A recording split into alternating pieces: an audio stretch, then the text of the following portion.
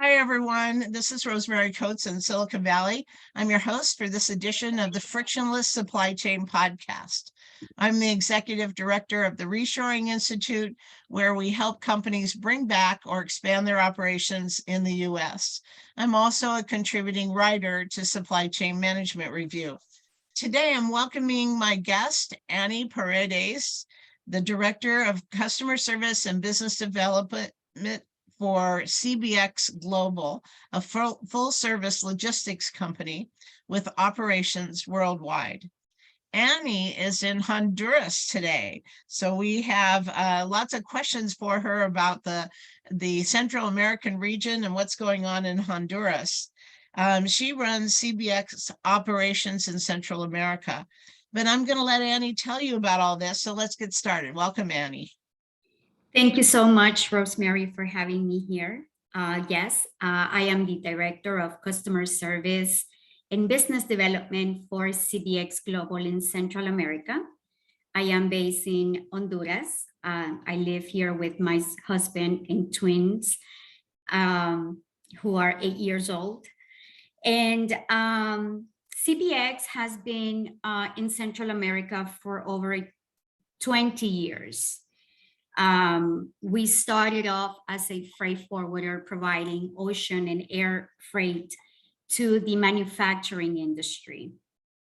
And over the years, we have developed relationships with companies we handle their VMI services for the manufacturing sector. Okay. And I think there's a rich history of CBX with apparel in Central America and the Caribbean. Is that right? I think that's where you started, right? Yeah.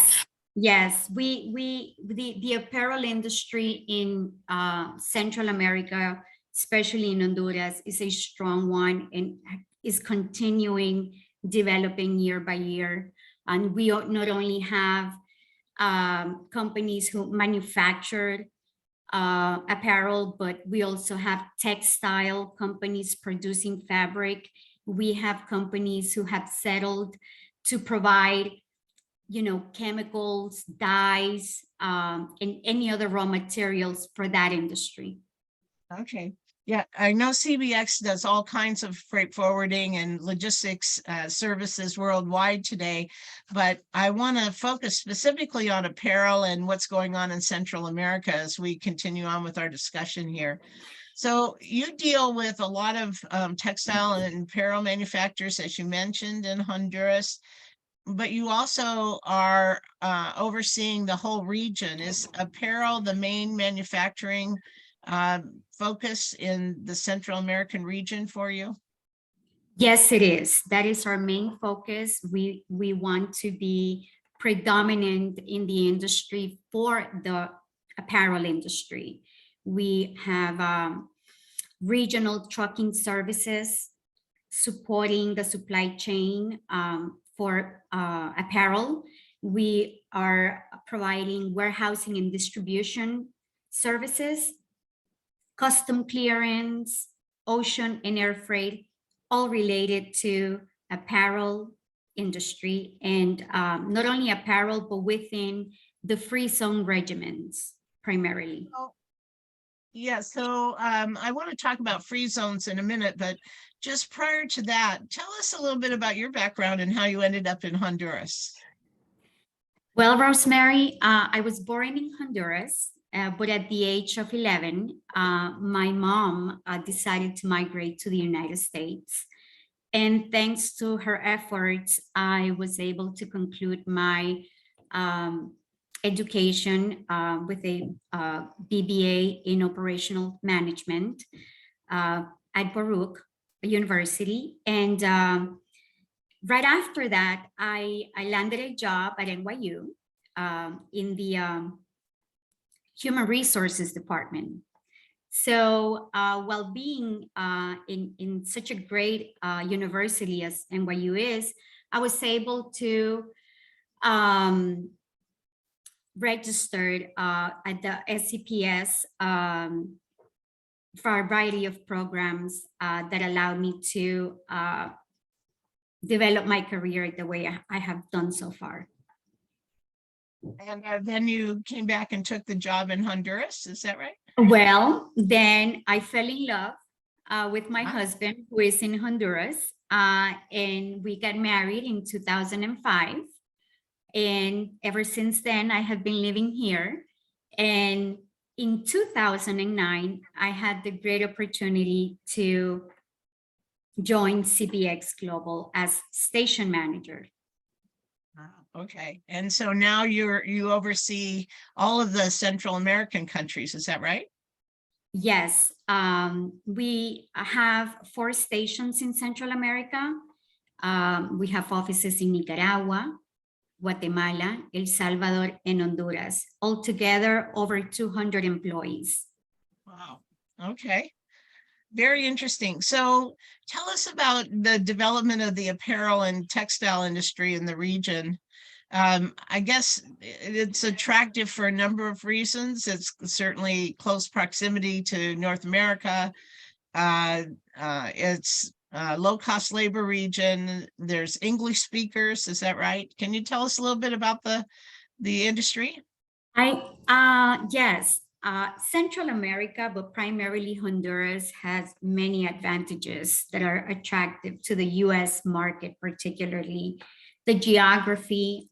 It's a very important matter because you need to get your goods fast and you have to have options. So Honduras borders with Guatemala, El Salvador, and Nicaragua. So it gives us the flexibility to move raw materials, if needed, from different countries within the Central American region. And the transit time between all of the countries is from 24 to 48 hours. Honduras is very unique because it has coastlines with the Pacific and the Caribbean. Okay, so in Puerto Cortes has, Port of Puerto Cortes has the only deep water port in Central America. Oh, okay. Okay. Aside from that, you know, the nearshoring to the United States is very important. Now we know it more so after the pandemic. The transit time from Honduras to the US market can vary from 4 days to 15 days, depending the port you are landing. We also have a stable legal framework for companies who are interested in coming and invest in Honduras. So I think that is one of the most critical points when making a decision to start a operation in Honduras. US companies can take advantage of the free trade we have in place since 2004. And for the companies who are not yet here, a lot of apparel companies have already done the job. Okay, there are many suppliers who are well established in Central America, producing raw materials, producing fabrics with labor experience, managing experience. So I think that's why Honduras is a great place to invest.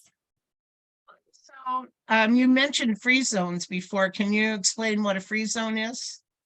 Yes. So a free zone, it's a part of the country that it is regulated by free zone taxation advantages for US companies or any companies, but for the US particularly because the majority of the companies that are currently using disadvantages are from the US. So okay. The free zone allows you to import and export goods without having to pay any tariff. Okay, so similar to the US free trade zones that we have here, where you can bring products into the free trade zone without actually importing them into the US. but used here to process goods and then re-export those goods. So I think, Exactly. yeah, a similar setup to that. Well, that's very interesting.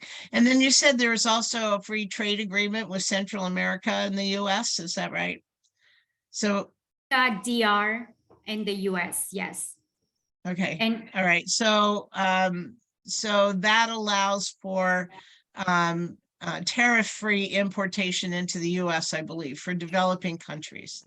Yeah. yes, it does. One thing that I will say is that for companies who are interested in using the free trade, they need to understand the rules of origin.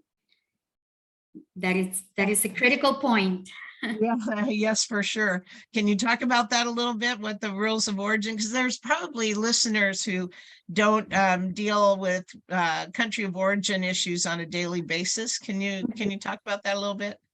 Well, you know, the rule of origin is that all the components of the product that you are creating within the free trade structure, they have to be produced, manufactured within these countries.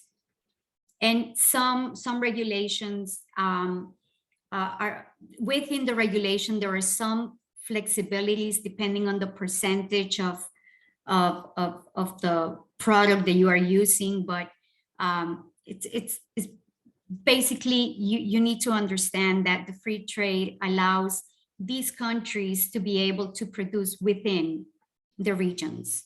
Right. And it has to be the product or growth or the basic parts have to be sourced in that particular country or that region. Yeah. To take advantage of it. Yeah. So country of origin is complex topic, I think, for importation. There are lots of rules in the US about country of origin and how you determine that. So in other words, you can't just bring in, say, textiles and the content of the product you're building from China, for example, make it in Honduras or finalize it in Honduras and call it the product of Honduras. That doesn't change the country of origin of the textiles. So it has to be the product and originate in Central America or in Honduras, particular in Honduras, to be labeled made in Honduras and take advantage of the free trade between the countries from there. So it's complex, and I know a lot of companies deal with it. And since you're in Honduras and the expert, it would be the benefit to these companies to get in contact with you and to talk about it and see how they can set up their operations. Yes. What services are you providing in Honduras besides freight forwarding and ocean freight? Do you also do customs brokerage and warehousing, order fulfillment? Yes, we do warehousing and distribution.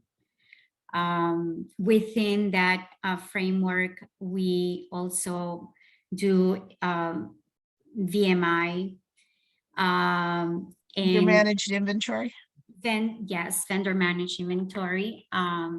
We also do pick and pack, consolidations, order fulfillment. We handle customs clearance. We have offices in our airports, so air custom clearance is expedited because we have offices within the airports. We pretty much try to fix whatever logistical problem our customers have. And then on the US side, so if you were assisting a customer and shipping apparel to the US, you also provide, or CBX provides that kind of import services in the US, right? Yes, so we sell the full package. We sell door-to-door service. We have warehouses in the United States where we can receive your cargo and unload it in our warehouses and distribute them to the rest of your customers. I think that's one of the reasons why we are so unique in this area, because we have representation in both Central America and the United States. Okay, so let's go back to talking about Honduras specifically. I'm interested to know about the labor force in Honduras. What are the average labor rates? I think that's one of the big attractive factors for apparel manufacturers, since there's so much labor content in the production of apparel. Yes, so we have to go back to the free trade and zones. And one of the advantages is that the free zones have special rates or wages for employees, labor employees. The current wage is $333 Per month. and a month. But the average wage in Honduras, minimum average, it's about $406. So I think in comparison to other countries around the world, we are pretty competitive if you can add the nearshoring, the geography, the stable legal framework, and you know, the fact that we also speak English. You will find a lot of Honduran employees are bilingual. So I think that it facilitates the communication, Rosemary. Where do they learn English? Well, Honduras has over 800 bilingual schools, if not more. The majority are concentrated in 2 cities. One of them is San Pedro Sula, which, by the way, San Pedro Sula is known as the industrial city of Honduras, because this is where the majority of the manufacturing apparel concentrates. Mm-hmm. Okay, so these wages are, I assume they are living wages in your country, and they're also competitive around the world. So I know we just finished a major labor rate study, and those wages are on the low end and comparable to places like Central Mexico, India, and Vietnam. So $300 a month is pretty average worldwide for low end, low cost labor countries. So it makes you very competitive. Yes. So if they pay a living wage, I assume that helps citizens to stay in Honduras, so they're not so anxious to migrate north. Is that right? You know, one of the reasons why I decided to return to Honduras is because I am truly passionate about job creation. I love to recruit people with and give them the opportunity to work with a sustainable wage, and CBX has allowed me to do that. So yes, one of the reasons why many Central American people migrate to the United States is because they are looking to for a sustainable living. The minimum wage is the minimum, but you know, everybody it's looking for a better life. So there are still a lot of ways that we can generate jobs, and the apparel industry has so much that they can provide. But poverty, unemployment, poor health care, education are factors that motivate our people to move to the United States. Particularly at CBX, we try to create a good working environment, provide private and public health care. Oh, that's fantastic.